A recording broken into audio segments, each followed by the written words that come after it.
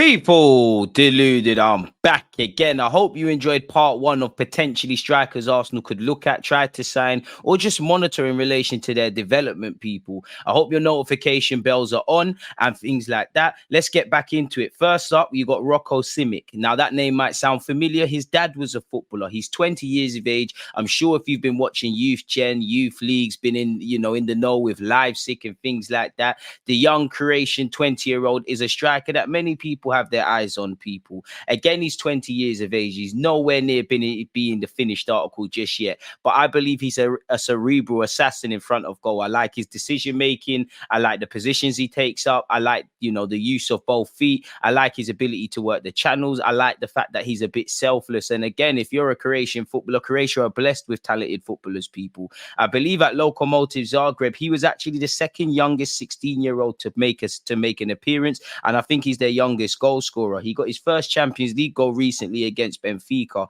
I like his first touch. I like the fact that he's powerful. I like the fact that he uses his framework well. His link-up play and work rate are quite good. I like the fact that a lot of his shots are from central areas, which sounds obvious, but it's not a given necessarily. He's cold, calm, and collected in front of goal. I really like him, people. He's only got 84 appearances to his name currently, people, and he's certainly a player that I believe will have a good future. Currently, he's only got 6 goals in 28 games. Next up, you've got Sesko, who is another 20-year-old, people. And again, apparently he was destined to move to Manchester United. Again, he's someone that's compared a lot to Haaland. Of course, he's got a long way to go to be mentioned in the same realm as Haaland. I think Haaland is an anomaly of a young player in that whatever lab they made him in, he's incredible. And it's unfortunate when you're a tall striker, when you're playing at former clubs that Haaland has played for, when you're quite quick for a big man like Haaland, you're not going to get away with things. I still think there's numerous raw elements in Sesko's play, but I think he's a fantastic player and one that will have a great future, really and truly. And he, as you know, he's breaking stats left, right, and center. I still think he needs to get more touches over 90 minutes and get more involved in the game. I love his runs from out to in. Again, it sounds silly, but the best footballers are the best thinkers. As you can see in the graphic ahead of me, people, as I'm speaking, he makes good runs off the ball. It sounds silly, but a lot of footballers are not, young footballers better yet, are not proactive. And when you look at, his time at Salzburg so far, there's a lot to like about him, really. Raw aspects, as you could see on screen. Again, he's got a fantastic technical level. He plays with his head up. He has an appreciation to try find his teammates. He knows when to take a shot, how to take a shot, and what surface area to take a shot with. He backs himself in tight situations. Of course, there's raw elements. Sometimes he plays with his head down a bit too much. Sometimes I think he tries to do too much. But I think he's a fantastic player. And as I said, he's quick. He's 6'4". He's a dangerous sight when starting his runs from out to in. He's obviously an aerial threat, someone that could give height and probably more goals to another team, or a team like Arsenal, another dimension in that regards, people. He uses both feet, in my opinion. He's got a very high technical level. I think he's a man that has a lot of calmness in front of goal, and another player who, in my opinion, simply put, is born to score goals. He has that knack. He has that calmness. He's a cerebral assassin in front of goal. And as you can see with the images, he's very good in front of goal, really and truly. He makes his mind up before he's done it. And I love the fact that he can pick bottom corners. When the shot's on his left, he'll take it on his left. If it's on his right, he'll take it on his right. If a teammate's in a better position, he'll somewhat try to find his teammate or back himself. There's a calmness and calculatedness in front of goal that really draws me to him. Again, he's 20 years of age. You need to let the man develop. As much as I like him, there's numerous raw elements in his game that he needs to churn out. But so far, so good. I think he's got a solid foundation that could bring something to Arsenal. Apparently, he's yet to complete 90 minutes this season, people, which I'm not too sure why in the league.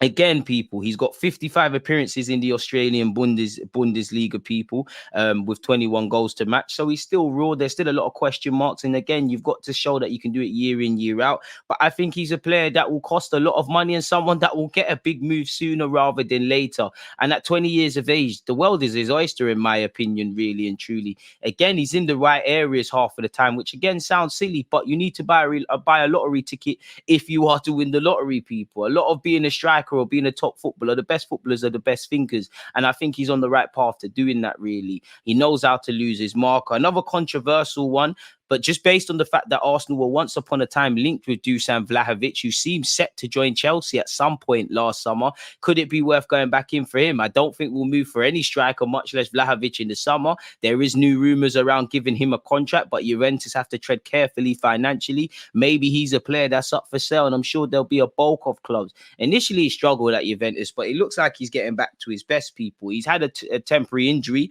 but, you know, he got 4 goals in his opening 6 games for Juventus, people. He's still only 23 years of age. You know, Mikel Arteta did aggressively, along with Arsenal, try to get him a couple of years ago in January. Arsenal have been tracking him since his days in his homeland at Partizan, which is a fantastic academy. And it's hard not to like him. He's cool, calm, collected, got a wonderful left foot, can hit free kicks, got a decent work rate, love his temperament. And again, you know, very good on the transition. And I'm sure there's many reasons as to why Mikel Arteta liked him, or the coaching staff at Arsenal liked him, really. I think Juventus would be silly to let him go unless something ridiculous is offered, which I can't see Arsenal offering the ridiculous money for the Vlahovic's, the Osimhen's, the Ivan Toney, based on 80-odd million shouts now, etc., etc. But based on the fact we was once linked with him, could it be worth going for him again? I must admit, completely off topic, yeah, I do wonder how or what Arsenal would look like had we have got Vlahovic. Would we have got Gabriel Jesus or not? And actually, Mudryk, really and truly, how would Arsenal have looked had they have got those targets? And as you can see, Arsenal, it's not that we're scared to spend money. Arteta was convinced for whatever reason in Kai Havertz. We spent a lot of money on Thomas Partey, on Declan Rice, and I'm sure there's plenty of other players that I haven't mentioned there. As I said, similar to Mudryk, with Vlahovic, we ultimately didn't get these players. But again, you know, the amount of money we committed to trying to sign the Ukrainian and Mudryk, and obviously the Serbian, staying on task with the topic of strikers in Vlahovic, has to show you there was a lot of conviction in Mikel Arteta's decision to bid for him. And also, you know, Edu and the technical staff who were in charge of ultimately getting players to the football club. So there has to have been some willingness. Now, I get it. You know, it felt like his agents took us around the houses. If Arsenal want to stay clear of that, then they have my blessing. But if we are assessing strikers, there has to be Vlahovic on a shortlist, in my opinion, based on that very fact, as I just said, about our willingness to want to obtain the player, people. So in truth, only God knows. So I'm sure there's many different calculations currently being done and things like that within Arsenal in-house as to when we'll sign a striker, what is the best moment to sign a striker, what actual type of striker we're looking to move for, people. I'm happy I'm not the decision makers, but you could imagine there's several calculations going on in London Coley offices, and you could imagine, people, every week Arsenal are linked with a new striker or a new player, better yet, much like all other clubs, and the news agents and outlets are not going to stop us being linked with players. They're not going to stop linking us with players, better yet, anytime soon. The dream is free, the hustle is sold separately, really. God knows who and when and who and where Arsenal will actually sign a striker from.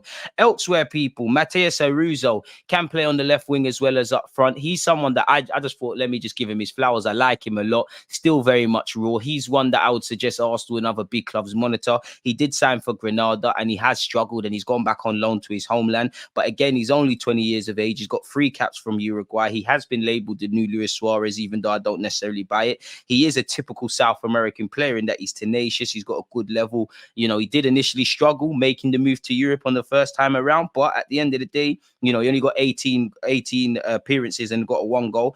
At Montevideo, I can't pronounce their name, he got 37 goals and 14 assists in 91 appearances and has 18 goals and 2 assists in 28 for Penareno. So he's someone I'm looking at a lot. Currently actually has 4 goals in 4 games in the league. So he's just someone that I just monitor for my own sake, really. I know many Arsenal fans won't want to hear this, and I'm by no means advocating to sign Dominic Calvert-Lewin, especially because he's been injured and he's almost a forgotten man in the wider Premier League realm. But just based on the fact of, like Ollie Watkins, he was previously linked with us, I thought it could be something. You could argue he could be available at a discount. If Arteta could get a tune out of him, then who knows? Again, I don't want Dominic Calvert-Lewin, but based on the fact that we have previously been linked with him, has to show or display that there is some level of admiration inside the offices at Arsenal's training ground in London Coley for Dominic Calvert-Lewin's talents. The man can't stay fit, so I'm not really on it, if I'm completely honest with you. My dream would be Julian Alvarez, in the same vein that saw us sign Gabriel Jesus. Obviously, there's been a lot of players who have departed Manchester City, and that Julian Alvarez has found himself as a regular. But if Edu is able to sweet talk him, if Arteta is able to lotion him on the phone, like Zinchenko and Gabriel Jesus, bring my man to the carpet. I think he's a cerebral assassin as well. We have previously been linked with Jonathan David as well. He's been linked with Spurs in the last week, has kind of gone off the boil, isn't really flavour of the month in Liga, isn't really setting the scene the scene on fire. Obviously, him and his agent have linked him with a move away from Lille for a while, and they've done numerous interviews and stuff like that. But so far, the move hasn't been forthcoming. Has Lille priced him out of a potential move? I don't know, people. But he's another one that was linked with Arsenal Football Club. Isaac would be a dream, innit? It would be lovely to reunite Isaac and Odegaard back in North London from their Sociedad days. But Newcastle would be extremely silly to sell Isaac, especially with what they're building over there. He would cost a lot of money. You probably need 80 to 100 million to begin some sort of dialogue with Newcastle. As I said, they'd be crazy to let him go. But the dream is free. The hustle is sold separately. We have been linked with Lautaro Martinez in previous years. And again, he looks like he's going to sign a new deal at Inter Milan. His best days were probably with Lukaku in a two-man strike force, but he's taken over the mantelpiece. He helped lead his team to a Champions League final, and he's been in blisteringly good form, and he's somewhat found his goal-scoring touch. I'm a big fan of Lautaro. Again, I don't think we'll get him unless, certain things are put into place. But again, he's another player that has been linked with Arsenal in the same way Osimhen, Ollie Watkins, Ivan Toney, and Dominic Calvert-Lewin have. So I thought, let me include him, people. So there's a lot for Mikel Arteta to consider, really. When do we sign a striker? How do we sign a striker? Do we actually need a striker? Is the January period the best or worst time to sign a striker? Do we need a winger more? Do we need a central midfielder more? Do we need a centre back more? How feasible is it to get a striker in January? Really and truly, only God knows. And I'm sure Arteta has thought about it. At the moment, you've got Havertz and Nketiah and Jesus, who all have different strengths. None of them could be described as prolific target men. So one thing's assured, people, again, especially with across the two videos we've done, the lesser known entities, with every game that they perform, with every goal they scored, their stocks are going up in the footballing world, and they're moving that much closer to quote unquote one day being labeled or known as household names. So it begs the question, when do you move for players? Because as you know, money talks. Money's going to need to talk in January. Not money's going to need to talk in the summer, especially for the Prem clubs. People know you've got cash, really and truly. So again, I hope across these two videos, smash the like button, like, comment, and subscribe. I hope across these two videos, I've provided some thought-provoking content. I hope the creative juices are flowing with you lot. I hope you're assessing, which striker would you want? Do Arsenal need more of a target man? Do we need a poacher? Do we need a bit of both? You could argue, in the present day and age, unless you're Haaland, whose general play has improved, I don't think you can afford to, as silly as it sounds, just be a goal scorer, especially when you look in the Mikel Arteta system. Goals are almost the least important of a striker, because while our strikers chip in, Eddie on occasions done such. Jesus got 11 goals, but I wouldn't describe a strength of his as goal scoring. He's more praised for other things.